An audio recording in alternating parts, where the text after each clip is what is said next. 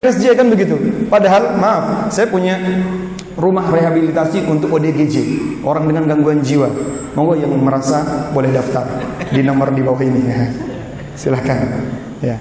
Di sini ada guru saya Pak Sardikan, Masya Allah kita sama-sama berjuang di dunia Tibun Nabawi, pengobatan Nabi, bekam dan ruqyah. Insya Allah beliau adalah guru saya juga ya. Insya Allah. Jadi kita sama-sama berjuang dan kita lihat banyak orang gila itu, bahkan dulu ya, beberapa tahun gila didoakan dengan khutbah aja waras. Ini kalau jangan punya istri, sekarang kok istrinya agak cerewet, berlebihan, di atas 20.000 kosakata jatah aslinya gitu ya, maka itu boleh nanti, Bu, sini Bu, gitu, tak pijit kepalanya gitu, bacain khutbah aja. Nah, sudah dikasih uang jajan kok masih kurang. Nah, bacain khutbah aja. Pegang ubun-ubunnya, innal hamdalillah nahmaduhu wa nasta'inu ila akhir, kemudian tiupkan di ubun-ubunnya. Atau boleh meludah tipis. Bismillahirrahmanirrahim. Assalamualaikum warahmatullahi wabarakatuh. Alhamdulillah alladzi bi ni'matihi tatimmus shalihat walhamdulillahi ala kulli halin. Asyhadu an la ilaha illallah wahdahu la syarika lah wa asyhadu anna Muhammadan 'abduhu wa rasuluh. Allahumma salli wa sallim ala nabiyyinal karim Muhammadin wa ala alihi wa sahbihi ajma'in, amma ba'd. قال الله تعالى في كتابه الكريم أعوذ بالله السميع العليم من الشيطان الرجيم بسم الله الرحمن الرحيم يا أيها الذين آمنوا اتقوا الله حق تقاته ولا تموتن إلا وأنتم مسلمون. وقال أيضا يا أيها الناس اتقوا ربكم الذي خلقكم من نفس واحدة وخلق منها زوجها وبث منهما رجالا كثيرا ونساء واتقوا الله الذي تساءلون به والأرحام إن الله كان عليكم رقيبا.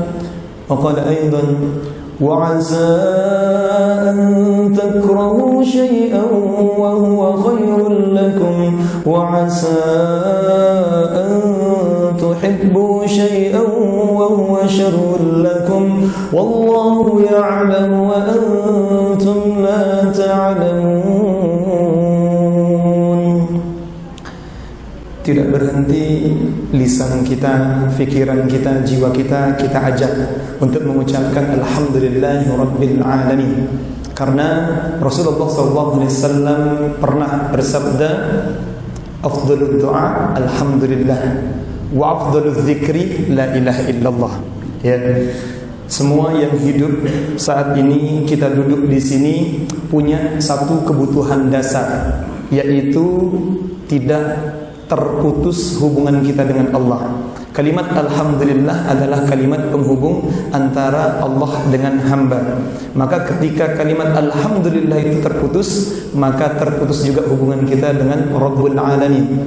Ya, jangan sampai kita terhenti atau lalai untuk mengucapkan Alhamdulillah. Karena nikmat yang Allah berikan juga tidak pernah berhenti. Sampai-sampai Allah sebutkan di dalam Al-Quran, di dalam surah Ibrahim ayat 34 dan di dalam surah An-Nahl ayat 18, dengan kalimat yang sama Allah sebutkan wa in ta'uddu ni'matallah la tuhsuha. Jika kalian mencoba untuk menghitung nikmatku, maka tidak akan ada seorang pun yang mampu menjumlahkan, mengkalkulasikan nikmat yang aku berikan. Kenapa hari ini kita masih mengeluh? Kenapa hari ini kita masih gampang sakit hati, gampang kecewa, bahkan penyakit yang disebutkan akan menjadikan seseorang tidak akan masuk surga? Apa itu? Overthinking. Overthinking ini bukanlah ciri-ciri orang atau penghuni surga. Siapapun yang masih ada di dalam hatinya overthinking, itu harus segera dirilis. Tahu rilis? Dibuang. Releasing overthinking itu harus. Ya, karena mukmin itu tidak boleh ada yang namanya overthinking. Overthinking itu sama dengan ya berburuk sangka dengan takdir yang telah Allah berikan. Alhamdulillah, kita bersyukur kepada Allah. Allah berikan kita kekuatan. Di mana-mana setiap kajian saya lihat memang sekarang didominasi kebanyakan oleh anak muda. Ini anak muda semua nih dominasi. Remaja-remaja tahun 70-an, tahun 80-an. Ya, remaja semua kan. Masya Allah. Semangat semua kan, Masya Allah. Mau nikah Pak ya? Tinggal lagi, Masya Allah. Kita doakan ya, yang jodohnya udah kan segera, supaya nanti sahur ada yang bangunin ya. Kalau nggak begitu ya nginep di masjid teduh gitu ya. Kita bersyukur kepada Allah atas nikmat yang tidak terhitung. Maka bulan Ramadan itu bisa maksimal kalau kita benar-benar mampu mengaplikasikan kalimat Alhamdulillah. Hamba itu ciri-cirinya tidak keluar dari kata Alhamdulillah. Sehingga apa yang saya sebutkan di awal tadi itu, Alhamdulillah alladzi bi ni'matihi tatimmus shalihat, dan yang kedua Alhamdulillah ala kulli hal, adalah dua kalimat yang diajarkan oleh Rasulullah, disebutkan di dalam kitab Zadul Ma'ad karangannya Ibnu Qayyim Al-Jauziyah, bahwasanya ya barang siapa yang belum bisa menghafalkan ini, ada garansi hidupnya tidak akan bahagia. Sebanyak apapun jenengan punya investasi emas, tanah, kaflingan, punya duit, punya apapun dari harta, tidak akan menjamin kebahagiaan. Misalnya jenengan punya istri 4, tidak akan bahagia kalau jenengan belum hafal Alhamdulillah alladzi bi ni'matihi tatimmus shalihat dan kalimat alhamdulillah ala kulli hal. Mengapa? Karena ternyata nikmat yang Allah berikan ini sering disalah persepsikan. Nikmat itu atau rizki yang Allah berikan, kadang kita menganggap yang diberikan oleh Allah itu selalu yang enak-enak saja. Kita lupa bahwasanya kalau kita ya akumulasikan kemaksiatan, kelalaian kita dengan ketaatan kita, berapa persentasenya? Jadi kan dikasih umur sekarang, ada yang umur 20, 30, 40, 50, 60 tahun. Persentase dari usia setelah balik itu, berapa persen yang kita gunakan untuk kebaikan atau untuk ketaatan sama Allah? Kalau kita menuntut Allah itu adil, ya. Dan memang dikatakan oleh ulama, Allah tidak akan adil di dunia. Kalau Allah adil, ya kita tinggal hitung-hitungan saja.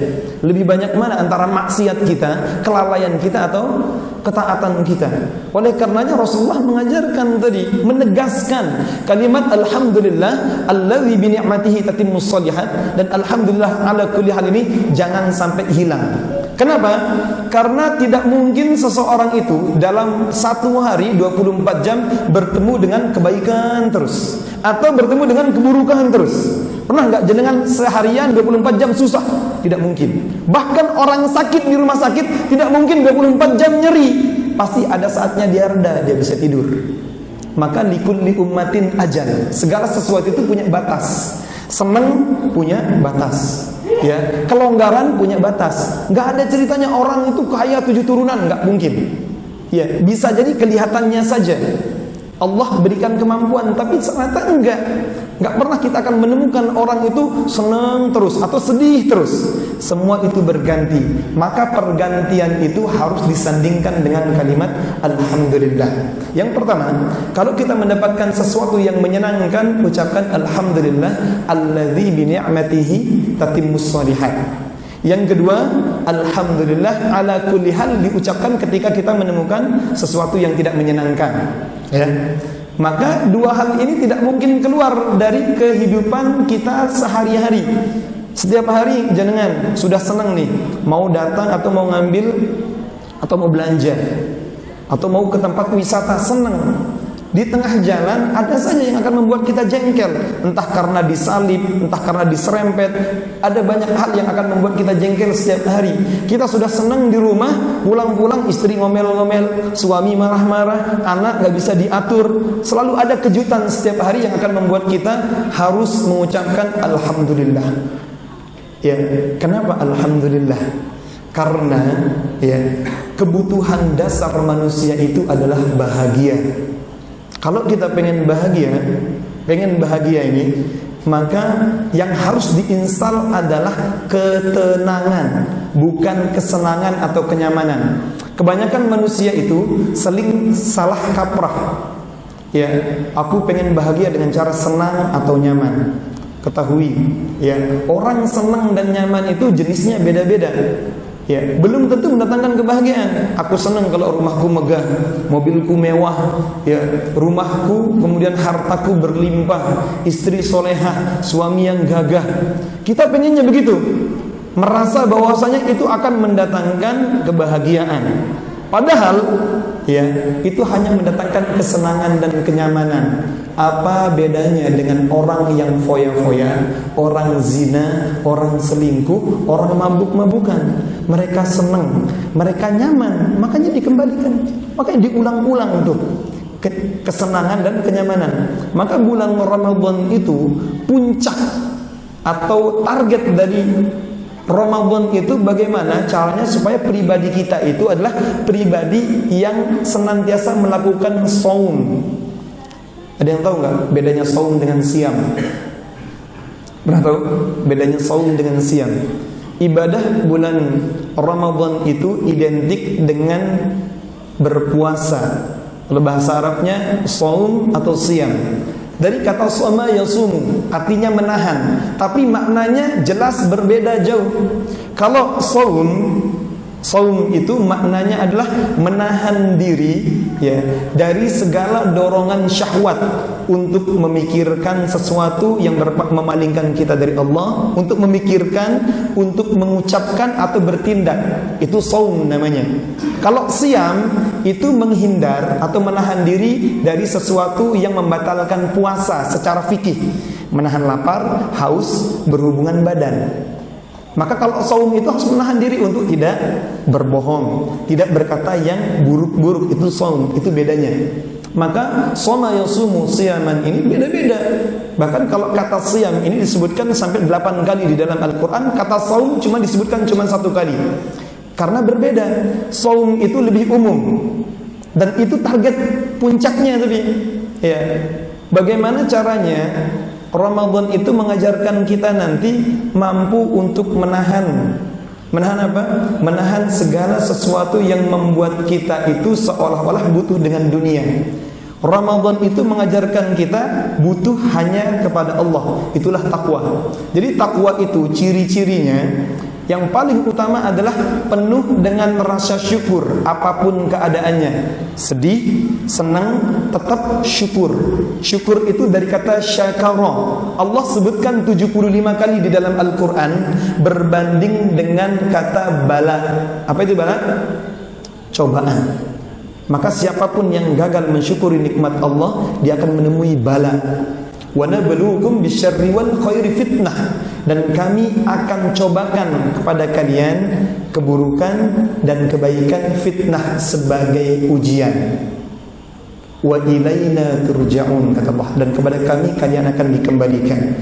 Maka konsep dalam bertakwa ini harus kita fahami, harus kita ilmui, ya, harus kita ilmui. Oleh karenanya Rasulullah SAW setiap hari tidak pernah meninggalkan satu doa, yakni Allahumma inni as'aluka ilman nafi'an wa rizqan thayyiban wa amalan mutaqabbalan. Apa rahasia di balik kata-kata ini? Ternyata semua kesusahan hidup kita saat ini, semua rintangan hidup kita itu semua dihalangi karena kita tidak tahu. Ada orang miskin karena tidak tahunya dia cara mencari rezeki yang berkah. Ada orang yang tidak kunjung selesai hutangnya karena dia tidak tahu. Semua diawali dari ketidaktahuan. Oleh karenanya benar kata Imam Syafi'i, ya, wa man arada ad-dunya fa 'alaihi bil ilmi wa man arada al-akhirah, ya, barang siapa yang menginginkan dunia dengan ilmu, wa man arada al-akhirah fa 'alaihi bil ilmi, menginginkan akhirat juga dengan ilmu. Wa man aradahuma fa 'alaihi bil ilmi, barang siapa yang menginginkan dua-duanya harus dengan ilmu. Kalau pengen Ramadan kita sukses, kita harus mengetahui ilmu menjemput bulan Ramadan. Ada ilmu dasar dalam menjemput bulan Ramadan, ya, yaitu apa? Ilmu dan pengetahuan bahwasanya ternyata ada yang menghalangi. Oleh karenanya konsep dalam perjalanan kita tidak harus membawa sesuatu yang akan membebani kita. Kita mau jalan-jalan besok nih hari Ahad, pengen jalan-jalan ke pantai. Kira-kira Bapak Ibu bawa lemarinya enggak? Bawa kompornya enggak? Bawa kasurnya enggak? Misalnya mau dibawa nih semua, itu enggak kita pakai nanti di situ. Misalnya ada orang punya toko bangunan, bawa semen, bawa ini, dia hanya sementara datang ke sana, kemudian dia membawa banyak beban yang tidak dipakai. Inilah yang disebut dengan sia-sia. Itulah manusia kebanyakan. Mereka itu sempit hidupnya karena jauh dari ilmu. Dan pusat ilmu itu adalah Al-Quran. Kenapa? Takwa itu dijadikan puncak dari target Ramadan, karena bulan Ramadan juga disebut dengan Syahrul Quran, bulannya Al-Quran. Bayangkan para sahabat mempersiapkan diri untuk Ramadan itu 6 bulan sebelumnya. Bulan Rabiul Awal, Rabiul Akhir, Jumadil Awal, Jumadil Akhir, Rajab, Sya'ban, 6 bulan. Apa yang mereka persiapkan? Mentalnya, kesehatannya, ekonominya sudah dipersiapkan. Itu cerminan mereka. Kenapa? Supaya mereka bisa banyak-banyak waktu dengan Al-Quran. Justru kita sekarang enggak. Saya lihat misalnya di kota Malang itu, sekarang mereka lagi mempersiapkan bulan Ramadan, nanti ada namanya war takjil gitu, perang takjil. Ini apaan coba? Semangat Al-Qurannya di mana? Ilmunya di mana? Yang dipersiapkan gimana perang takjil nanti gitu. Sedangkan takjil ini untuk makan-makan, untuk memenuhi syahwat tubuh, sangat jauh nilainya dengan Ramadan. Mari kita sambut Ramadan dengan aktivitas-aktivitas positif. War takjil. Kemudian bagaimana nanti lomba-lomba buat kue lebaran, lomba buat ini kejadian sekarang. Kemudian ini adalah fitnah. Ini bagian dari cobaan. Orang kalau tidak faham tentang ilmu Ramadan, maka dia akan terjerumus oleh bisikan iblis. Dan ternyata iblis kalau mau merusak Ramadan orang, dari Rabiul Awal sudah dibuat lalai. Bahkan Rasulullah SAW menegaskan bulan Sya'ban ini syahrul yaghfulun nasu anhu. Kata Rasulullah, bulan Sya'ban itu adalah bulan di mana banyak manusia itu lalai. Ya, berada di antara dua bulan mulia, bulan Rajab dan bulan Ramadan. Makanya beribadah di bulan banyak manusia lalai itu, atau di waktu di mana manusia itu lalai, itu sangat diutamakan. Bahkan pahalanya seperti jihad fi sabilillah. Contohnya dalam sehari, jam 1, jam 2, jam 3 dini hari itu enak-enaknya tidur. Kalau kita sholat tahajud di waktu itu, pahalanya seperti jihad di jalan Allah. Dalam sepekan, malam minggu kayak gini, terus hari Ahad, weekend, itu waktunya enaknya leyeh-leyeh, nyantai, family time, kan begitu. Kalau kita kajian, menuntut ilmu di waktu-waktu itu, banyak melakukan ibadah, ini hitungannya berbeda. Makanya ulama menganjurkan, jangan sampai umat Islam itu terkena sindiran dalam surat Al-A'raf ayat 179, atau hadis Rasulullah yang menyatakan bahwasanya bulan Sya'ban adalah bulan di mana banyak manusia itu lengah. Yaitu jangan sampai kita menjadi golongan ghafilin. Sebagaimana Allah sebutkan misalnya dalam surat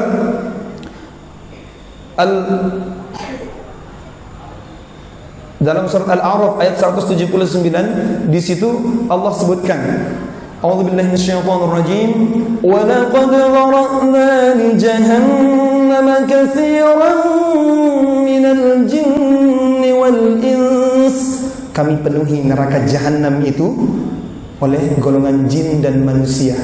Siapa mereka? Mereka yang ketika melewati jembatan Sirat terpeleset karena amal ibadahnya. Kalau orang-orang Mu'tazilah itu nggak percaya adanya jembatan Sirat. Jelas hadisnya sahih menyebutkan jembatan Sirat itu panjangnya 15.000 tahun perjalanan di akhirat. 15.000 tahun. Atau hadis lain dalam riwayat Tirmidzi mengatakan 50.000 tahun perjalanan akhirat. Satu hari di akhirat sama seperti berapa di dunia? 1000 tahun. Allah sebutkan di dalam surat Al-Hajj ayat 47, ya. Inna yawman 'inda rabbik, sesungguhnya satu hari di sisi Tuhanmu di akhirat nanti ka alfi sanatin mimma ta'udun, 1000 hari menurut 1000 tahun menurut perhitungan kita di dunia. Artinya kalau jenengan hidup diberikan jatah oleh Allah 1 jam di akhirat sama seperti 41 tahun 8 bulan di dunia. Kalau 2 jam berarti 83 tahun lebih. Itu kalau kita diberikan waktu cuman 2 jam. Makanya banyak manusia yang menyesal nanti di jembatan Sirat. Siapakah mereka yang jatuh ini? Kata ulama meneruskan ayat itu, lahum qulubun la yafqahuna biha. Mereka punya hati tapi hatinya tidak digunakan untuk apa? Memahami ayat-ayat Allah. Ya, walahum a'yunun la yubsaruna biha. Mereka punya mata tapi tidak digunakan matanya untuk melihat tanda-tanda kebesaran Allah. Allah sudah berikan tanda-tanda kebesarannya berupa apa? Datang bulan Rajab, bulan Hurum, di mana umat manusia itu harusnya memaksimalkan, tapi ternyata mereka banyak yang lalai. Bulan Rajab lemah, apalagi Sya'ban lebih lemah lagi. Walahum adhanun, mereka punya telinga, la yasma'una biha, mereka tidak gunakan untuk mendengarkan ayat-ayat Allah. Ya, ulaika kal an'am, mereka itu seperti hewan ternak. Hewan ternak itu nggak punya ilmu. Pernah saya contohkan, sapi itu makannya rumput, ya rumput. Nggak mungkin dia rewel minta, aku mintanya rasa balado. Pernah nggak sapi minta rasa keju gitu kan? Rewel nggak mau makan, pengennya mintanya rasa sapi panggang. Nah, ini kan kanibal berarti ya. Sapi makan sapi gitu. Nggak ada tuh. Artinya apa? Artinya manusia itu akan dijebak. Ternyata talbis iblis yang pertama, ya, talbis iblis yang pertama adalah manusia itu dibuat malas untuk menuntut ilmu. Karena ilmu ini adalah senjata di mana kita bisa membedakan baik buruk, hitam putih, salah benar. Jauh dekat itu yang bisa membedakan itu dengan ilmu. Dengan ilmu itu, ya, kita bisa benar-benar jelas ini prioritas, ini bahaya, ini bermanfaat. Tapi bukti bahwasanya iblis belum pensiun kalau lagi kajian gini jangan dibuat ngantuk. Yang kalau jangan ngantuk sekarang nih, ngaji, ini tandanya iblis belum pensiun. Paham? Coba kalau misalnya pengajiannya isinya pelawak, terus lawaan, guyonan, seger. Tapi kalau isinya tentang ilmu atau tentang tauhid, itu orang yang dibuat ngantuk. Iblis enggak akan rela. Rasulullah SAW menyebutkan inna syayatin yajri minal insan majrad dam. Setan berjalan dalam tubuh manusia itu melalui aliran darah. Fadayyiqu bimajariha bilju. Maka sempitkan jalan setan itu bilju, dengan lapar, atau bisyam, dengan berpuasa. Jadi kalau puasa itu membunuh atau memusnahkan dimensi setan. Jadi setan itu tidak bisa banyak berkutik kalau pada orang yang siang. Beda dengan orang yang kenyang. Kalau jangan kebanyakan kenyang itu bawaannya ngantuk, ya. Oksigen yang ke otak itu kurang. Dia terfokus di pencernaan, membuat kita itu banyak menjadi malas. Pankreas terancam, limpanya terancam, ginjalnya terancam, jantung, paru-paru, semua terancam tuh. Organ-organ vital kita terancam. Ini kalau orang yang banyak kekenyangan. Makanya bulan Ramadan selama 30 hari Rasulullah SAW mengajarkan kita apa? Mengajarkan kita menahan sesuatu yang sebenarnya kita butuhkan. Makan, minum kan kebutuhan, ya enggak? Halal boleh, berhubungan badan sama suami istri yang sah ya boleh. Tapi di siang harinya itu diharamkan, apalagi yang sudah jelas-jelas di bulan Ramadan diharamkan. Artinya apa?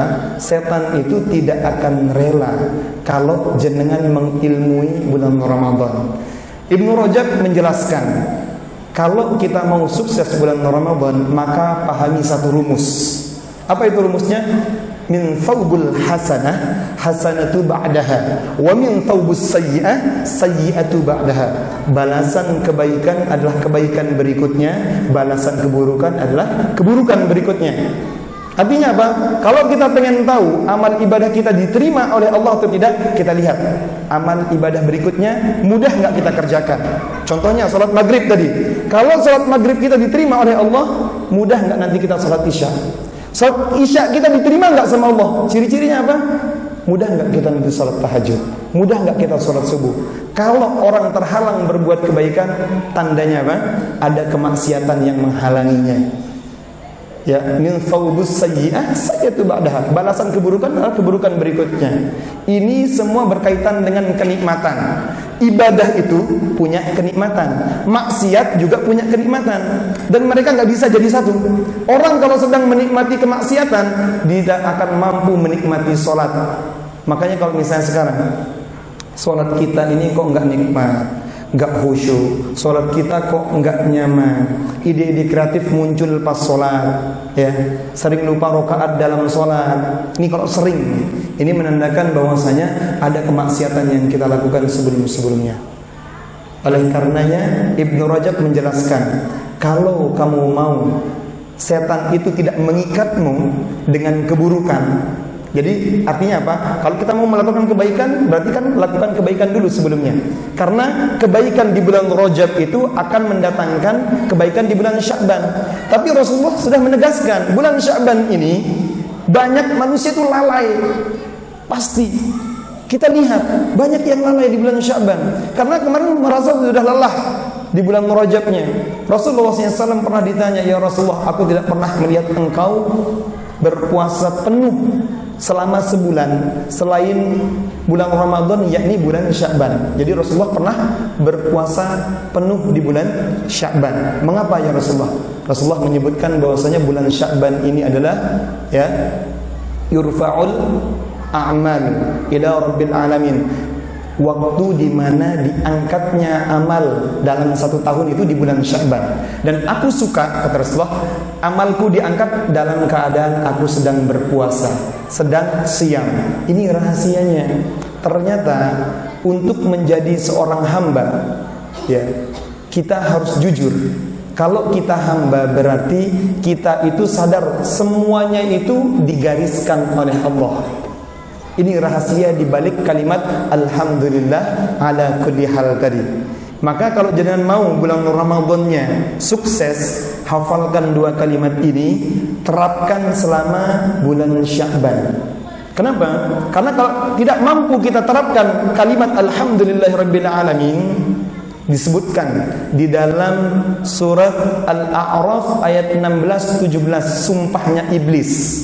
Dalam surah Al-A'raf ayat 16-17, di situ iblis bersumpah, a'udzubillahi minasyaitonir rajim, qala fa bima aghwaytani la aq'udanna lahum siratakal mustaqim. Ya Allah, karena engkau telah mengutuk aku tersesat, kata iblis, aku juga akan menyesatkan anak cucu Adam dari jalanmu yang lurus. Itu visinya iblis. Misinya apa? Misinya thumma la'atiyannahum min baini aydihim wa min khalfihim wa an aymanihim wa an syama'ilihim. Aku akan datangi mereka dari depan, belakang, kanan dan kiri mereka. Tujuannya cuma satu. Wala tajidu aktsaruhum syakirin, supaya mereka tidak bersyukur. Ini kuncinya. Syukur itu kalimatnya alhamdulillah. Itu pertama kali disebutkan di dalam surat Al-Fatihah. Sampai-sampai Allah jadwalkan kita 17 kali mengucapkan alhamdulillahi rabbil alamin. Kalimat itu bukan kalimat sembarang kalimat. Kalimat itu dibanggakan oleh Allah, di-share ulang di depan para malaikat, miliaran malaikat. Allah sebutkan hamadani abdi. Lihat, si fulan hambaku mengucapkan alhamdulillah, dia memujiku. Bayangkan, Rabbul Alamin membanggakan kalimat kita. Dari sholat subuh tadi, rakaat pertama sampai sholat maghrib, rakaat ketiga, tanyakan hati kita, kalimat alhamdulillah yang mana yang kita ucapkan dan kita sadar kita bersyukur kepada Allah? Atau jangan-jangan kita mengucapkan alhamdulillahi rabbil alamin, tapi pikiran kita, otak kita masih disibukkan dengan urusan-urusan kita. Jangan-jangan besok ini aku mau ngapain, itu yang ada. Nauzubillah.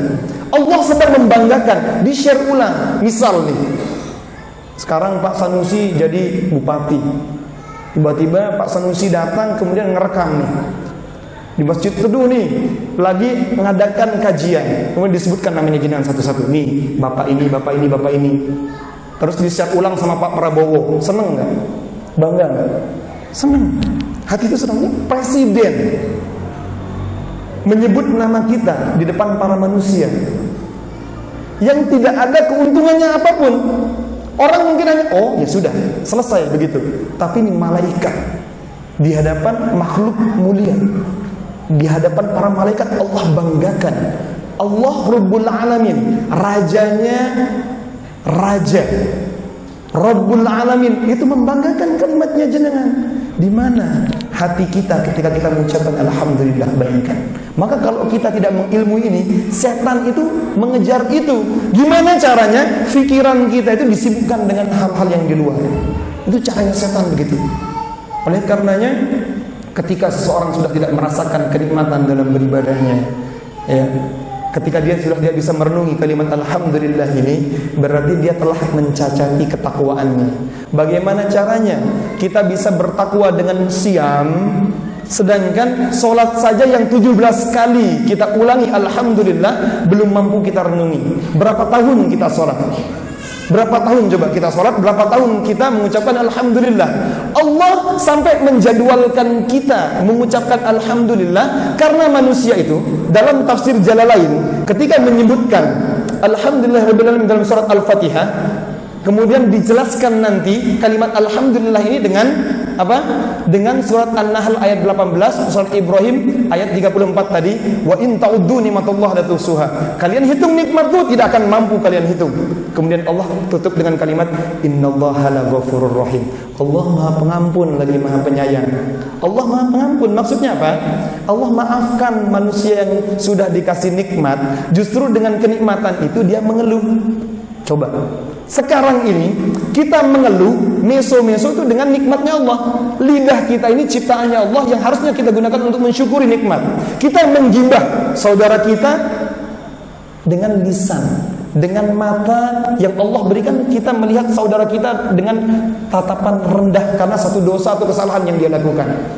Makanya satu peringatan dari Al-Quran adalah, ya, dalam surat Thaha, ya, ayat 124, 25, 26, Allah peringatkan orang-orang yang tidak mensyukuri Al-Quran tadi, tidak mensyukuri nikmat Allah. Allah sebutkan, وَمَنْ أَعْرَضَ عَنْ ذِكْرِي فَإِنَّ لَهُ مَعِيشَةً ضَنْكًا.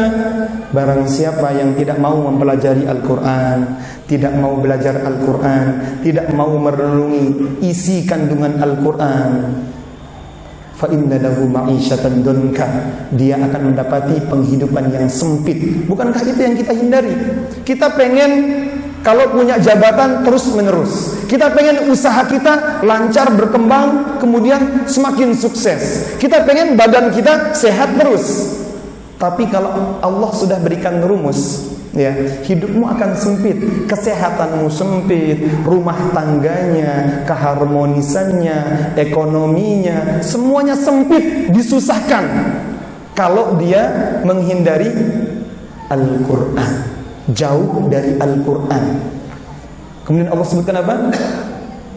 Wa nahsyuruhu yaumal qiyamati a'ma. Di hari kiamat nanti mereka akan dikumpulkan dalam keadaan buta. Ngeri. Bayangkan. Mereka bertanya, qala rabbi lima hasyartani a'ma wa qad kuntu basira. Ya Allah, Mengapa engkau bangkitkan kami, kumpulkan kami dengan keluarga kami, orang-orang tercinta kami dalam keadaan buta? Padahal dulu kami di dunia ini bisa ngelihat, ya Allah. Apa jawabannya Allah? Bukankah telah datang ayat-ayat kami, sudah tak kasih petunjuk, tapi kamu abaikan. Fanasitaha, kata Allah. Kamu abaikan. Begitupun hari ini kamu juga diabaikan. Mengerikan, bayangkan. Abadi nggak bisa ngelihat. Yang awalnya sudah pede nih, aku mau ketemu bapakku yang sudah meninggal, kakekku, pakdeku, sahabatku. Ternyata dia dibangkitkan dalam keadaan buta, tidak mampu melihat wajah Allah lagi. Nauzubillah min dzalik. Itu kenapa? Karena dia menghindari Al-Quran. Kemudian disebutkan juga di dalam surat Az-Zukhruf ayat 36. وَمَنْ يَعْشُ عَنْ ذِكْرِ الرَّحْمَنِ نُقَيِّضْ لَهُ شَيْطَانًا فَهُوَ لَهُ قَرِينٌ. Barang siapa yang berpaling dari peringatan yang Maha Rahman, nuqayyid lahu syaitanan. Kami biarkan setan menguasai dirinya. Jadi kalau kita menghindar dari Al-Quran, maka setan akan menjadi sutradara hidupnya. Bayangkan. Fahuwa lahu qarin, dan itu akan menjadi korinnya. Setiap anak cucu Adam yang terlahir ditemani oleh 3 korin. Siapa mereka? Saya bacakan. Kalau jelaskan surat dan ayat pelan-pelan, ibu-ibunya banyak yang ketinggalan.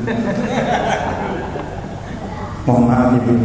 Saya kebiasaan ngobrol di depan mahasiswa. Mahasiswa biasanya gitu ngerekam, terus nyatetnya cepet. Ya, terima kasih sudah diingatkan. Kebiasaan. Saya biasanya kalau ngomong tuh kecepatan. Speed, maaf ya. Tadi saya ngomong kecepatan. Oh, berarti speednya karena remaja semua kan tadi saya bilang. Saya ingat ya, remaja. Baik. Tadi sampai mana? Allah ciptakan manusia itu ditemani oleh 3 korin. Ya, 3 korin. 1 korin dari jin dan 2 korin dari malaikat. Kata Rasulullah SAW, setiap anak cucu Adam yang terlahir di atas muka bumi, dia akan ditemani oleh 3 korin. 2 korin dari malaikat, yaitu di sisi mana? Depan dan belakang, sebagaimana disebutkan dalam surat Qaf. Ya. Kemudian setan 1 jin yang akan membisikkan keburukan-keburukan untuk melalaikan manusia. Artinya setiap hari tanpa dengan request kita ditemani 1 setan. Ya, 1 setan itu sudah menemani kita. Dan korin itu bisa bertambah ternyata. Kapan setan itu bisa bertambah menemani kita? Ketika seseorang berbohong, kata Rasulullah, maka setan atau malaikat itu tidak akan mampu mencium lisan manusia yang berbohong. Dia akan menjauh sejauh 2 mil. Karena tidak kuat mencium bau orang yang berbohong. Insyaallah ini ada hadiah umroh untuk yang tidak pernah berbohong. Angkat tangan. Ada? Kita setiap hari membohongi diri kita sendiri. Ya, jangankan membohongi orang, bahkan kita membohongi diri sendiri. Ternyata penguasaan setan itu ya ada pada orang yang biasa berbohong, berdusta. Kullu affakin athim, kata Allah, ya, yaitu orang yang biasa ngomong hoax dan selalu melakukan kemaksiatan. Inilah orang-orang yang ditemui oleh setan. Jadi ketika kita membuka dimensi setan di dalam diri kita, bulan Ramadan ini sudah pasti terancam. Udah pasti sehebat apapun kita berusaha keras, aku pengen pokoknya besok tadarus, aku pengen targetku minimal lah 3 kali khatam Al-Quran. Faktanya apa yang terjadi? Ketemu sama temen, ngabuburit yuk, ngabuburit. Buat kue, ternyata bulan Ramadan itu lumayan tuh buat jualan. Ya kan disibukkan akhirnya di bulan Ramadan dengan apa? Jualan takjil, kan begitu. Itu penghasilan itu omsetnya besar-besaran. Yang gak pernah jualan di bulan Ramadan, jualan es, jualan kolak, jualan lauk, itu banyak. Musiman, pas bulan Ramadan, inilah orang yang diuji benar. Kan Ramadan itu didatangkan untuk siam, bukan berarti gak boleh ya. Boleh-boleh saja. Ya silahkan. Tapi garansikan diri kita ada tambahan Al-Quran. Karena kalau kita tidak menambahkan diri kita dengan Al-Quran, bayangkan para sahabat itu 6 bulan mempersiapkan ekonominya. Jadi di bulan Ramadan mereka enggak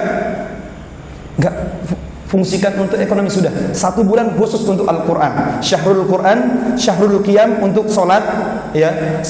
Syahrul Sadaqah, bulannya Sadaqah, ya. Kemudian bulannya puasa. Jadi banyakin itu di bulan Ramadan. Dan mustahil bisa kita kerjakan kalau dengan Al-Quran saja kita jauh. Karena orang kalau sudah dekat dengan Al-Quran, semuanya akan mudah. Ciri-ciri orang dekat dengan Al-Quran Allah sebutkan dalam surat Asy-Syams ayat 8, fa'alhamaha fujuraha wa taqwaha. Allah ilhamkan jalan keburukan dan jalan kebaikan. Allah langsung ilhamkan. Dia baca Al-Quran gak tahu artinya, aku gak tahu makna apa yang aku baca, tapi ternyata apa? Allah ilhamkan, ini buruk, ini baik. Bisa kita dengan mudah mengerjakan itu. Bahkan nagih untuk menuntut ilmu itu nagih. Datang untuk pengajian, untuk menambah ilmu itu nagih. Kalau belum nagih, ini menandakan bahwasanya hatinya masih dikuasai oleh setan. Maka diantara ciri-ciri orang yang dikuasai oleh setan adalah panas tuh ketika dibacain Al-Quran, merasa berat membaca Al-Quran. Baru ya ketika scroll TikTok, buka YouTube, ya paling itu ada radiasinya kan. Dan buka YouTube, buka Instagram, buka TikTok, videonya 1 jam 2 jam kuat. Coba baca Al-Quran yang gak ada radiasinya, 15 menit mata sepet, berair gitu kan, badan rasanya kayak mau berot gitu kan, terus pinggang sudah capek-capek gitu kan. Kenapa? Salah satunya adalah kenikmatannya hilang. Saya punya sahabat itu, di setiap bulan Ramadan dia penuhi Ramadannya di Madinah dan Mekah. 10 hari di Madinah, 20 hari terakhir dia di Mekah. Selama 1 tahun dia nabung, Masya Allah. Jadi isinya dia ya bersahabat dengan Al-Quran. Pulang-pulang rezekinya tuh semakin luas, semakin dimudahkan, Masya Allah. Ya, jadi karena dia ada jaminan ketika Al-Quran sudah dekat dengan kita, Allah garansikan. Barang siapa yang dekat dengan Al-Quran, Allah garansikan semuanya. Ini kadang-kadang keyakinan ini belum nyampe. Ya, kita terlalu logis kadang-kadang. Padahal rizki itu tidak bisa dilogikakan. Matematikanya Allah itu tidak bisa dihitung-hitungan dengan logika kita. Sebab apapun orang nabung, kena longsor, kena banjir, kena tsunami, ludes semuanya. Kan begitu. Coba kita lihat sekarang banyak orang yang dulunya pengusaha besar, sedekahnya nggak kurang-kurang tuh sedekahnya. Ternyata ada hal-hal yang utama yang dia tidak kerjakan. Jadi walaupun ada orang kelihatannya baik, kelakuannya baik, tapi kok bisa bangkrut, jatuh sejatuh-jatuhnya. Ternyata kita bisa belajar dari kasusnya atau pelajaran dari Nabi Ayub. Apa pelajarannya? Ya, ternyata Nabi Ayub itu sukses dari ujian, dan semua nabi itu sukses dari ujiannya karena mereka siam. Setelah mereka siam, baru mereka saum. Paham ya? Siam tadi dia mampu menahan gejolak syahwatnya dulu, baru nanti saumnya itu pikirannya lebih tenang, bisa dikendalikan. Karena kalau dengan siam ini, dimensi setan sudah tidak punya kekuatan untuk memberikan apa? Kontribusi apapun di otak kita.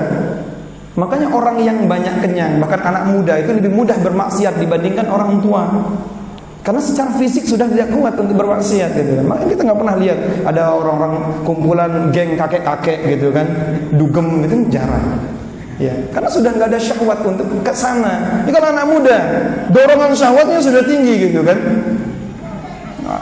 Pengantin-pengantin muda baru punya anak kecil-kecil, lihat anaknya orang langsung ingat anaknya, kangen. Lihat istrinya orang langsung lupa sama istrinya sendiri. Kayak gitu. Ini kan syahwat. Tapi kalau sudah tua sudah, yang dibayangkan hanya kain kafan aja kan begitu. Inilah perbedaan orang yang menatap sesuatu dengan ilmu dan tidak. Sehingga tadi saya sebutkan setan datang dari arah depan, belakang, kanan, kiri. Ini ilmu. Bahwasanya iblis Allah bongkar. Ya, ketika ayat ini turun itu iblis nangis. Karena Allah bongkar apa? Sumpahnya iblis. Dia akan datang di depan, belakang, kanan, kiri. Dari arah depan, kata Mujahid, dia datang dari arah akhirat kita. Akhirat kita ditutup, sehingga apa yang kita cari hanya harta, tahta, wanita, dan kuota. Kan gitu. Nah sekarang orang hidup tanpa kuota, Gen Z ini ya. Gen Z ini kalau nggak ada kuota sekarang tuh, wah, beda sama jenengan remaja tahun 60-an, 70-an, 80-an. Mati lampu 3 jam, 4 jam tahan, betah, bisa survive. 3 hari mati lampu biasa kan. Coba kalau Gen Z sekarang mau bunuh diri itu dia, nggak bisa ngubungin pacarnya, nggak bisa ngubungin temennya, itu beneran. Ini generasi sekarang itu parahnya sampai gitu. Sampai banting sesuatu yang bernilai berharga, nggak masuk akal gitu. Ya. Dan itu fakta. Saya kebetulan aktif di KHI namanya, Quranic Healing International, yang punya program dulu di Trans 7. Itu kita banyak menangani, termasuk Kota Malang dan Jember itu adalah kasus LGBT terbesar di Jawa Timur. LGBT-nya. Saya nangani kasus LGBT di Kota Malang hampir 300 kasus yang saya tangani langsung. Itu LGBT. Ya. Kemudian ya, maaf, yang menjajah yang menawarkan diri itu lewat marketplace dan Facebook itu anak-anak remaja itu sudah banyak. Bahkan di beberapa teman-teman yang notabene lulusan pesantren, itu mengerikan. Jadi nangani kasus yang seperti ini nih mengerikan. Jangan tanya kalau masalah kasus kecanduan game online, gadget, itu sudah biasa. Memang dunianya sekarang. Kemudian judi online, memang fitnahnya itu sekarang. Kan tapi ternyata game online itu, ya, itu adalah produk dari gimana kita tidak melakukan saum, tidak menahan diri dari dorongan syahwat tadi. Makanya Ramadan itu 1 bulan kita digembleng supaya 11 bulannya nanti kita bisa nahan dari sesuatu yang sebenarnya kita mau, kita butuhkan, tapi Allah ajarkan kita tahan. Maka kalau mau tahu siapa yang sukses Ramadannya atau puasanya, siamnya, yaitu orang yang pengeluarannya atau budget makanannya sama antara bulan Ramadan dengan di luar Ramadan. Faktanya di lapangan sekarang jatah makan dikurangi makan siangnya, tapi pengeluarannya membengkak 2-3 kali lipat. Fakta atau mitos? Fakta. Karena ada tambahan takjil plus ada grid yang biasanya nggak pernah makan daging, sebulan penuh harus makan daging, harus begini. Kebanyakan begitu, meskipun tidak semuanya. Tidak semua karena nggak mampu. Kalau mampu ya mungkin karena memang Allah ujikan. Makanya bulan Ramadan kenapa kok pengeluarannya justru lebih banyak? Bulan dimana disuruh nahannya di siang hari saja. Inilah dikatakan orang siamnya orang awam. Ini kalau kita sudah berilmu, ya kita sudah berilmu, masa iya kita nggak mau melatih diri? Makanya latihannya dari sekarang. Sya'ban. Kalau jangan bulan Sya'ban ini belum mampu melatih diri, jangan harap Ramadan kita akan mendapatkan Lailatul Qadar. Lailatul Qadar itu hanya datang pada orang yang tidak overthinking. Overthinking itu cemas besok tuh buka puasa pakai apa, takjilnya apa. Ya udah pusing mikirin itu. Setiap hari dia sudah makan, minum, biasa. Kenapa di bulan Ramadan justru cemas? Katanya setan dikerangkeng. Kenapa malah dia mengalahkan setan justru? Nah inilah kenapa setan itu menginstal di bulan Sya'ban, bahkan di bulan Rajab. Kalau jangan mau cek bulan Rajab, bulan Sya'ban, Zulqa'dah, Zulhijjah dan Muharram. Ini adalah 5 bulan yang paling rentan. Jangan boleh cek di pengadilan agama. Kebanyakan orang mendaftarkan perceraian di bulan-bulan ini. Lihat, di bulan Rajab dan Sya'ban ini banyak orang sakit. Lihat, di bulan Rajab dan Sya'ban ini banyak suami itu gampang marah. Di bulan Rajab dan Sya'ban ini banyak istri gampang mengeluh. Bulan Rajab dan Sya'ban ini banyak konflik terangkat. Supaya apa? Setan tidak rela Ramadan kita itu maksimal. Maka setan datang dari arah belakang, dari arah dunia. Ego seseorang itu muncul dan meningkat di bulan Sya'ban. Hati-hati. Makanya Rasulullah SAW menganjurkan kita senantiasa ya baca surat Al-Kahfi. Baca surat Al-Kahfi setiap Jumat. Supaya apa? Di setiap Jumat ini, pertama bapak-bapak, Ya, setiap Jumat dibacakan oleh khotib di depan. Apa yang dibacakan oleh khotib sebelum khutbah? Khutbah al-hajah. Pernah dengar khutbah al-hajah? Saya ceritakan sejarahnya hadis turunnya khutbah al-hajah. Dulu Rasulullah SAW pernah dikatakan gila, dikatakan tidak berakal karena ngaku nabi. Kemudian datanglah seorang tabib, seorang pengobat yang sangat terkenal di Jazirah Arab yang bernama Dimat al-Azdi. Dimat al-Azdi ini ya adalah orang yang tabib yang sangat terkenal. Dia kalau megang kepalanya orang gila itu sembuh. Kalau ada orang buta dibacakan sama dia, ya diruqyah sama dia, sembuh. Orang tuli sembuh. Kemudian ketika dia datang ziarah tawaf di Mekah pada saat itu, kemudian dia mendengarkan berita yang agak aneh. Di Jazirah Arab ini banyak orang gila, tapi aku belum pernah melihat kota metropolitan seperti Mekah ini dihebohkan dengan satu orang gila. Penasaran dia, siapa dia? Dia tanya, siapa dia?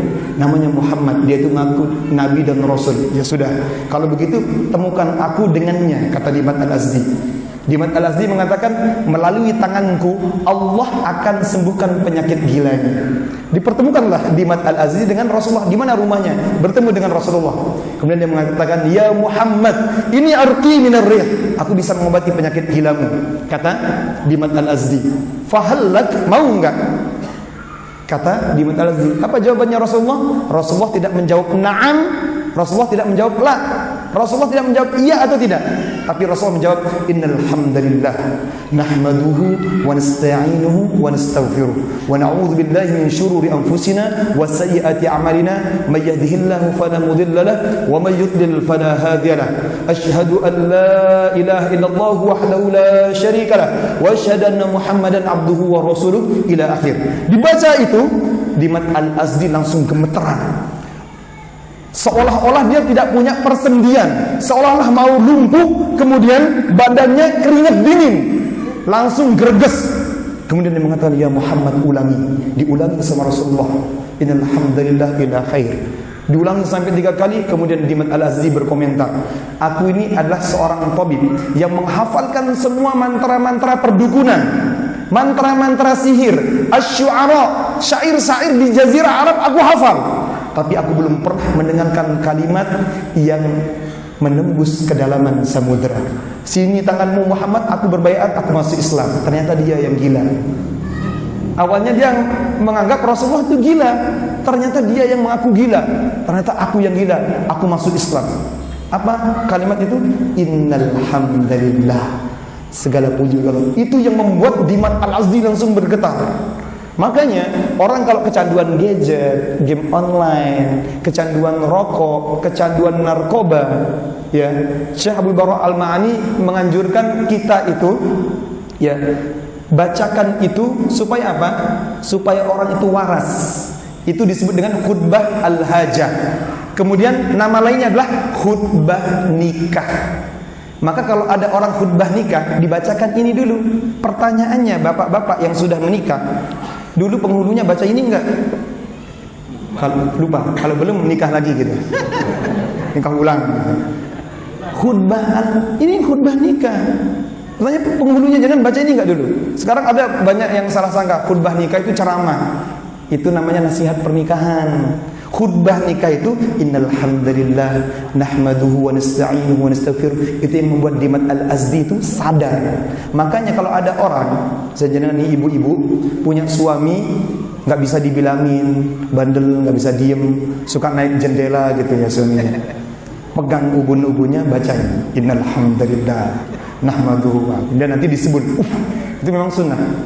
Diruqyah dengan dibacakan khutbah al-hajah. Ini dicontohkan oleh Rasulullah. Orang gila di zaman Rasulullah dibacakan ini rutin 2 kali sehari. Itu dosisnya. Ini jelas hadisnya. Tapi sekarang orang gila dibawa langsung ke RSJ kan begitu. Padahal maaf, saya punya rumah rehabilitasi untuk ODGJ, orang dengan gangguan jiwa. Monggo yang merasa boleh daftar di nomor di bawah ini ya.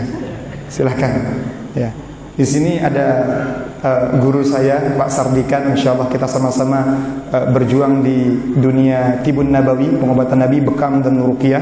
Insyaallah Beliau adalah guru saya juga ya. Insyaallah. Jadi kita sama-sama berjuang dan kita lihat banyak orang gila itu, bahkan dulu ya, beberapa tahun gila didoakan dengan khutbah lajah waras. Ini kalau jangan punya istri, sekarang kok istrinya agak cerewet, berlebihan, di atas 20.000 kosakata jatah aslinya gitu ya, maka itu boleh nanti, Bu, sini Bu, gitu, tak pijit kepalanya gitu, bacain khutbah lajah. Nah, sudah dikasih uang jajan kok masih kurang, nah, bacain khutbah lajah, pegang ubun-ubunnya, innal hamdalillah nahmaduhu wa nasta'inu ila akhir, kemudian tiupkan di ubun-ubunnya, atau boleh meludah tipis, nah gitu, sunnah, nggak usah banyak-banyak,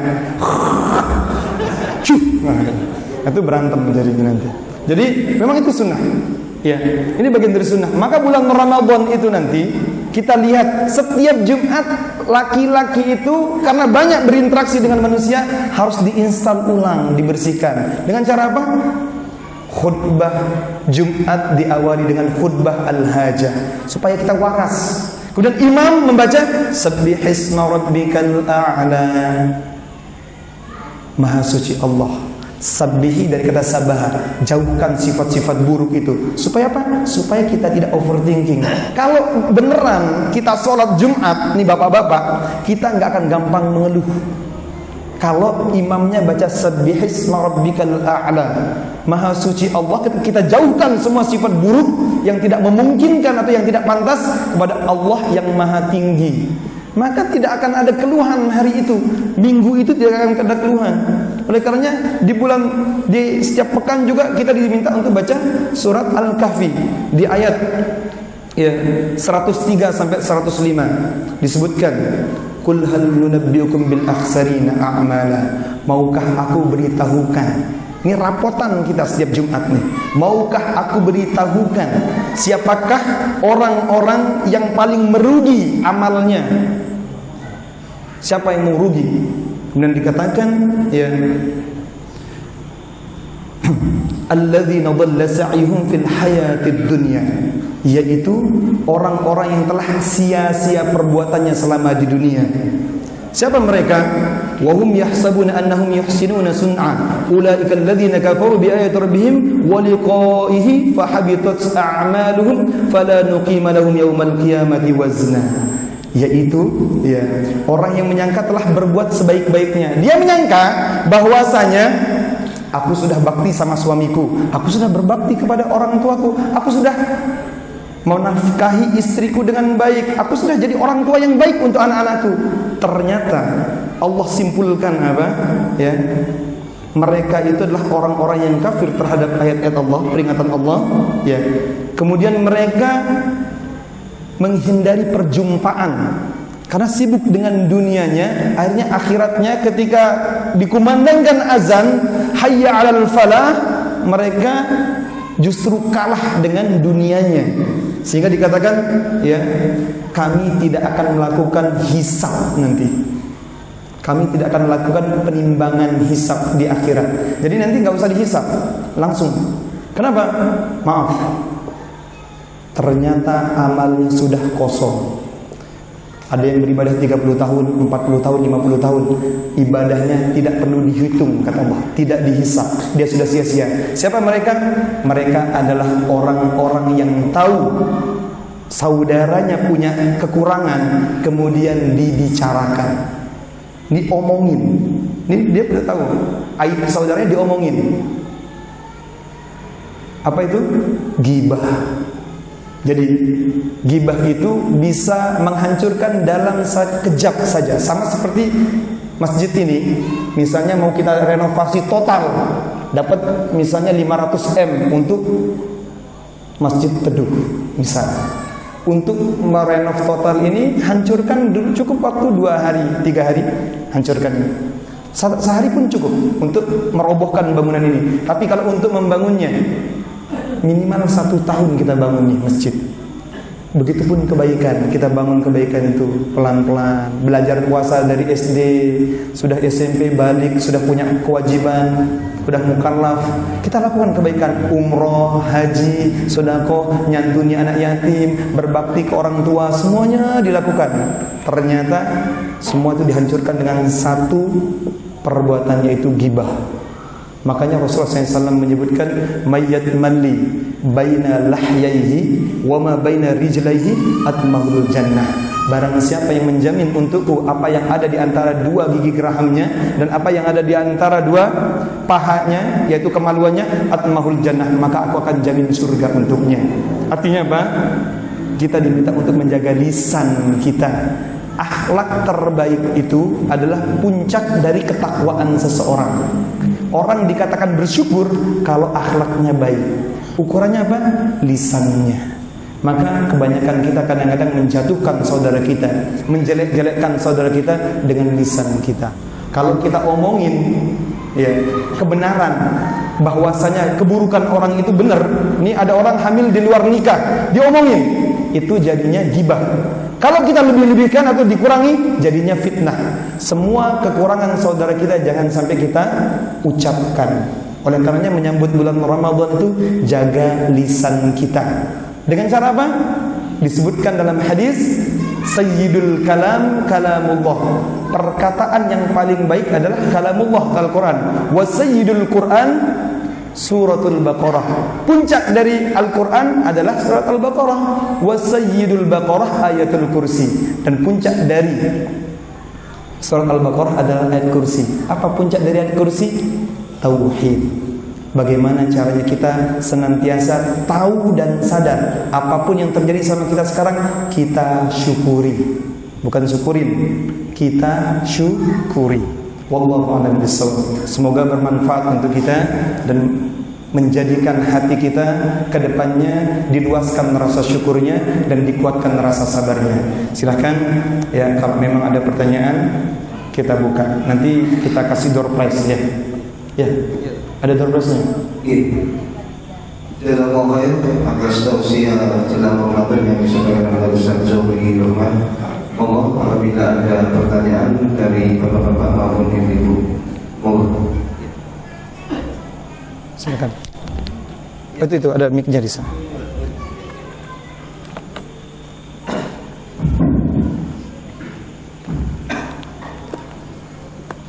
Bismillahirrahmanirrahim. Assalamualaikum warahmatullahi wabarakatuh. Waalaikumsalam warahmatullahi wabarakatuh. Nama saya Sandi Jan Arifin. Pertanyaannya, kalau benar dari Allah dan kalau salah dari saya sendiri. Saya itu mengakui kalau sholat itu bikin tenangkan. Tapi pertanyaannya gini, sholat itu kalau saya stop kerjaan, terus akan langsung sholat.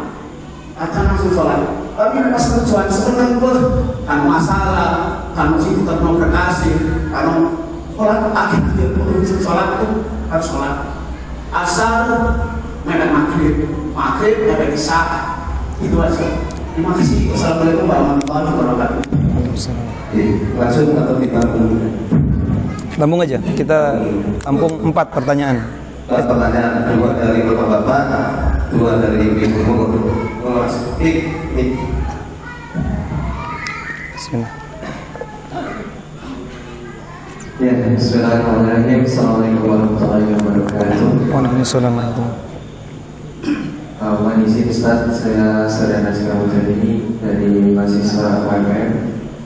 Izin bertanya bahwasanya kita ini ada banyak sekali jin, korin dan seterusnya, baik dari depan, di belakang, samping dan kanan kiri.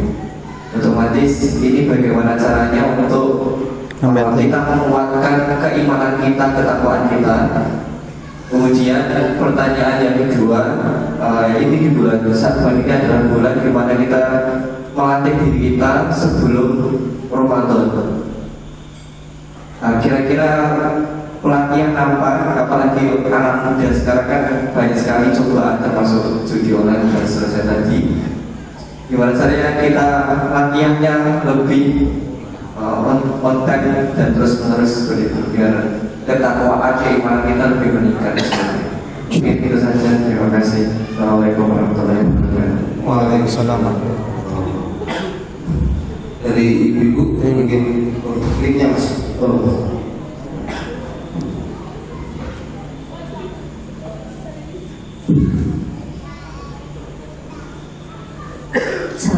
Assalamualaikum warahmatullahi wabarakatuh. Waalaikumsalam.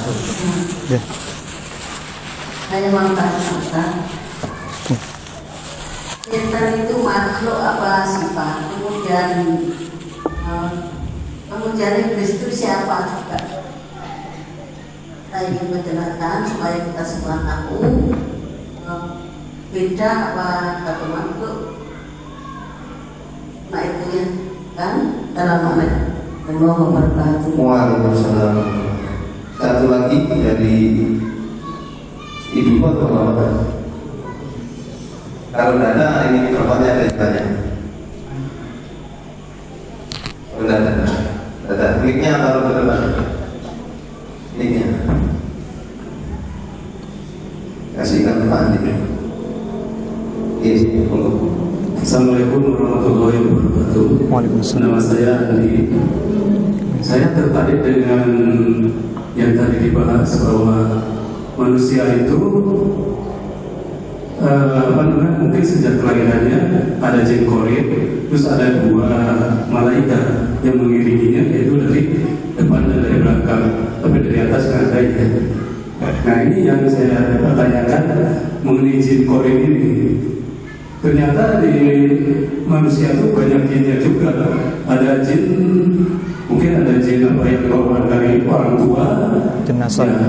Terus mungkin juga ada jin yang mungkin kiriman juga. Itu banyak jin yang memang ada di tubuh kita. Nah, mungkin jin-jin yang selain jin korin ini itu mungkin bisa dihilangkan ya dengan ruqyah itu. Tapi untuk jin korin ini apa bisa dihilangkan juga? Terima kasih. Assalamualaikum warahmatullahi wabarakatuh. Waalaikumsalam warahmatullahi wabarakatuh. Sudah.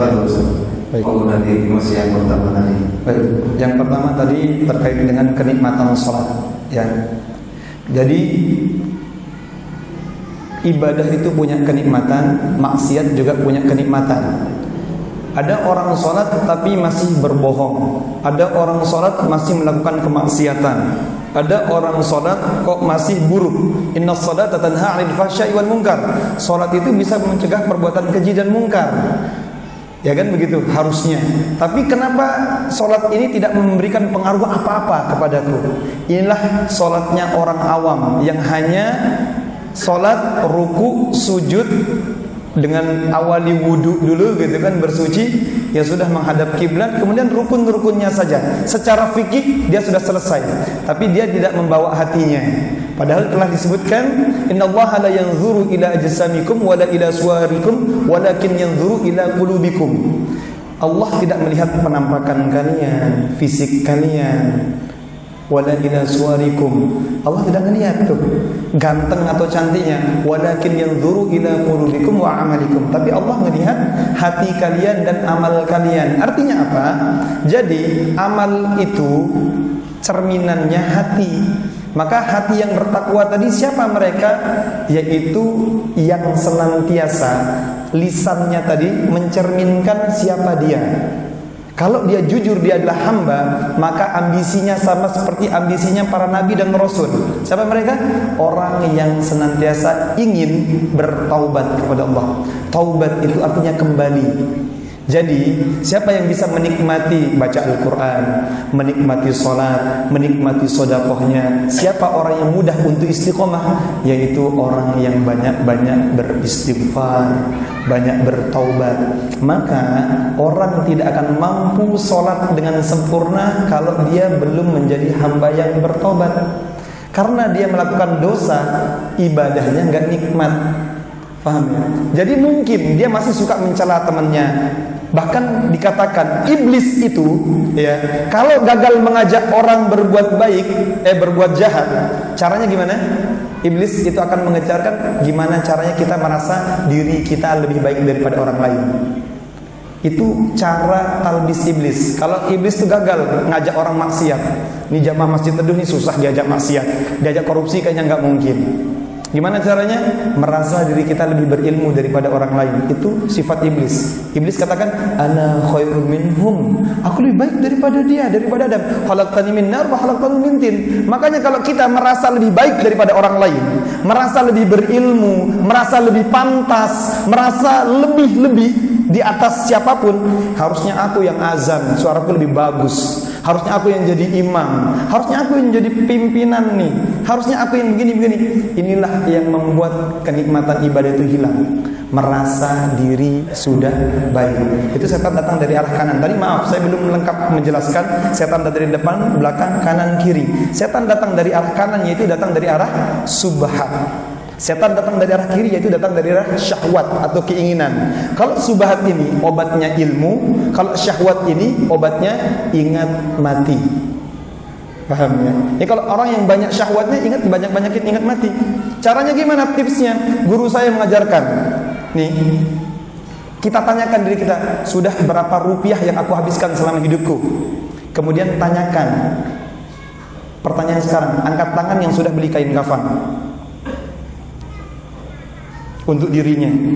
Belum? Praktekkan. Beli 3 lembar kain kafan untuk kita, taruh di lemari. Kalau jangan buka lemari, langsung kelihatan kain kafannya. Kasih, nggak apa-apa tuh, kasih tulisan. Ya, pakai kertas, kasih tulisan, pakaian terakhirku, pakaian terbaik. Tuh. Yang kedua, bawa di tasnya jenengan atau di tempat kerjanya jenengan. Ya. Taruh di tempat kerjanya jenengan. Sehari-hari jangan kerja di situ, taruh kain kafannya di situ. Yang ketiga, bawa di tas atau di jok motornya. Kemana-mana bawa. Rasakan tuh, gimana sensasinya kalau bersama dengan kain kafan. Kelihatannya horor, tapi benar. Makanya kalau ibu-ibu, suaminya kalau mau berangkat kerja, antar sampai depan rumah. Itu terus lambaikan kain kafan. Ku lepas, wahai pahlawanku, gitu. Jadi suaminya nggak bakal macam-macam nanti. Ya, kain kafan kan horor tuh. Nah gitu. Jadi kalau bekal kita kain kafan, kita tahu, oh, kita nggak akan tuh yang namanya boros. Makanya nahan itu, ciri-cirinya siam sukses itu ibu-ibu, ya, keranjang kuningnya jenengan itu nggak banyak di check out. Nggak apa-apa, penuh di situ nggak apa-apa gitu. Yang penting jangan di check out terus gitu kan. Karena kebanyakan ibu-ibu tuh kan kerjanya sekarang di Shopee dan TikTok, bagian check out. Nah, itu. Nah, maka tadi itu syahwat itu, keinginan itu akan berkurang. Kalau subhat itu dengan ilmu. Banyak orang menyalahkan, wah ini salah karena dia kurang ilmunya. Maka sholat tadi itu ya berpengaruh terhadap ilmu seseorang. Contohnya, dia mengucapkan alhamdulillahirabbil alamin kalau dia sudah pernah baca tafsir Ibnu Katsir, baca Jalalain, baca At-Tabari, baca misalnya tafsir An-Nur, Al-Misbah atau Al-Azhar, apapun misalnya tafsir Al-Quran yang dibaca tentang Al-Fatihah, maka nanti kualitas sholatnya berbeda dengan hanya orang-orang. Makanya dikatakan jangan-jangan sholatnya selama ini dia nggak tahu apa yang dia baca. Kenapa sholatnya masih tidak nikmat? Karena dia tidak faham. Makanya kita jangan-jangan kena sama yang disebutkan dalam surat An-Nisa, la taqrabus shalah wa antum sukara hatta ta'lamu ma taqulun. Jangan kalian dekati sholat sampai kalian tahu apa yang kalian ucapkan. Ya, jangan dalam keadaan mabuk. Sukaro itu artinya mabuk. Ini bapak-bapak jangan sampai salah ngomong. Sukaro, sakar, ya. Itu pakai sin. Sukaro itu artinya mabuk. Nah, kalau jangan misalnya dikasih sesuatu sama orang nih, sukron ya. Nah, sukron itu artinya mabuk. Kalau syukron, terima kasih. Kalau sukron itu mabuk, mendem. Sukron itu, jadi sakaro itu artinya mabuk. Syukron. Ya, maka tadi itu pahami bacaan Al-Quran yang kita baca, pahami bacaan salat kita dari takbir sampai salam. Insya Allah nanti lebih nikmat salatnya dan ditadaburi. Kemudian bagaimana caranya kita supaya membentengi salat kita? Ini pertanyaan yang kedua tadi ya. Dari siapa tadi? Masih masnya ya tadi ya? Masih atau jenengan? Oh ya, masih masnya tadi, bagaimana caranya supaya kita membentengi, supaya nanti sholat kita itu tetap nikmat. Pertama, ingat, wudu itu adalah benteng supaya setan tidak ikut campur ketika kita sholat. Kebanyakan orang wudu itu airnya boros. Boros itu dari setan. Harusnya kita wudu itu membentengi diri kita, hati kita, malah kita ngajak-ngajak setan. Paham? Kalau misalnya sholat kita diawali dengan sesuatu keborosan, udah ngajak-ngajak setan, otomatis sholat nggak akan khusyuk, kan begitu. Itu yang pertama. Itu cara bentengi sholat kita. Dan yang kedua, ingat, orang dikatakan cinta itu kalau ada rindu. Gimana caranya kita mau cinta sama Allah kalau kita nggak kenal siapa Tuhan kita? Gimana caranya kita mau rindu sama Allah kalau kita nggak sadar? Jadi kesadaran yang dibangun, bukan pengetahuan. Kita tahu Allah ya melarang ini, tapi kalau nggak sadar nggak bisa. Sama seperti, maaf, ada orang ya, dia dokter spesialis jantung,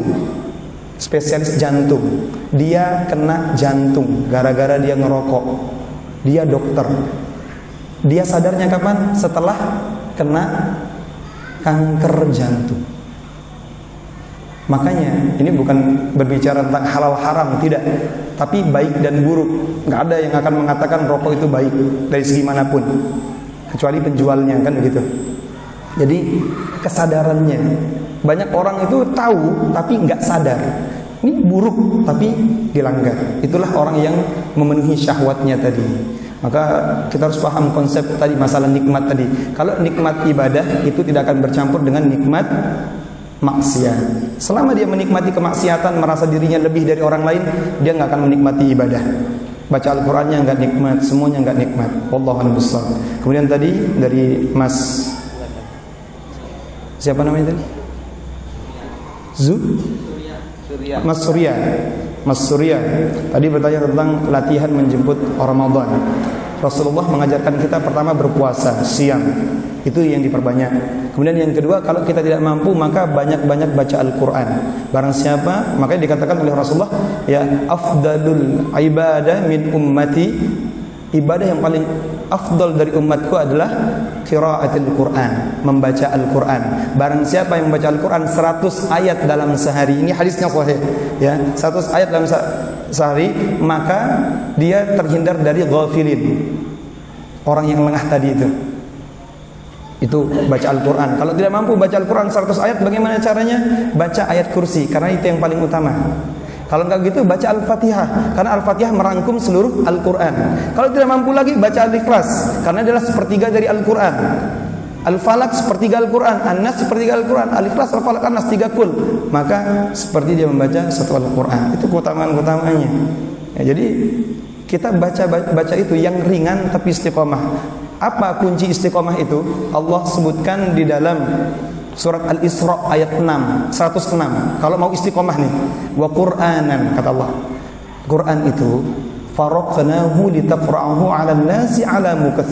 Kami potong-potong supaya Anda Muhammad membacakan kepada manusia 'ala mukath, step by step, sedikit demi sedikit.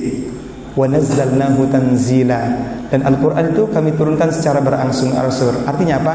Dalam beramal itu step by step. Gak bisa jangan, wah aku supaya Ramadanku kuat sekarang aku langsung puasa Daud, gak bisa. Harus step by step, sedikit demi sedikit, itu supaya kita bisa istiqomah ya. Kemudian apa bedanya setan, jin, dan iblis? Dari ibu tadi ya. Apa bedanya setan, jin, dan iblis? Setan itu apakah makhluk atau sifat? Sifat ya. Setan itu dari kata syatona, artinya apa? Yang memalingkan atau menjauhkan, itu syatona. Apapun yang memalingkan kita dari Allah, itu namanya setan ya. Berarti sifatnya itu seperti sifat setan. Orang berbohong itu sifat setan ya. Jadi setan itu bukan jin. Indonesia aja mengatakan, ada setan, ada setan. Setan itu sifat, berbohong itu setan. Maka kalau misalnya jenengan lagi main HP gitu kan, terus azan, jadi HP-nya jenengan ini menghalangi jenengan untuk mendatangi azan, berarti dia akan menjadi sifat-sifat setan, begitu ya. Itu setan. Sedangkan jin dan iblis itu bedanya apa? Allah menciptakan makhluk bernama jin, malaikat, dan manusia. Jin Itu nanti ada golongan-golongannya. Golongannya salah satunya iblis. Iblis itu dari kata libasun, artinya pakaian untuk menutup aurat kita. Tapi kalau kebenaran yang ditutup, maka namanya iblis. Ya, siapapun yang menutup kebenaran, yang suka mengungkapkan kebohongan, itu namanya apa? Iblis. Makanya kalau misalnya dengan suaminya, dari mana gitu kan? Dia habis main futsal, kemudian dia bilang habis rapat gitu kan. Habis ngumpul-ngumpul sama temannya, dia bilang dari mana? Dia bilang rapat. Berarti mengikuti sifat iblis, ya. Karena gelar iblis itu hanya Allah yang berikan, tapi dia mengikuti sifat-sifat iblis. Iblis itu menutupi kebenaran. Itu bedanya. Jin itu tadi. Jin itu ada jin qarin, ada yang namanya jin nasab, ada namanya jin perewangan atau jin yang dimintai tolong, yaitu namanya khodam. Nah, khodam inilah yang bisa diusir, tapi qarin itu nggak bisa. Mau diruqyah, mau diapain aja, qarin ini tinggalkan pergi, karena memang Allah yang membuatkan sebagai ujian. Ya, alladzi khalaqal maut wal hayat liyabluwakum ayyukum ahsanu amala. Di antara ujian yang Allah berikan, Allah titipkan satu setan sebagai ujian. Tapi ada 2 malaikat. Secara kuantiti lebih banyak malaikatnya. Begitu. Itu jenis jin. Ya, itu bedanya semuanya ya. Wallahu a'lam bishawab.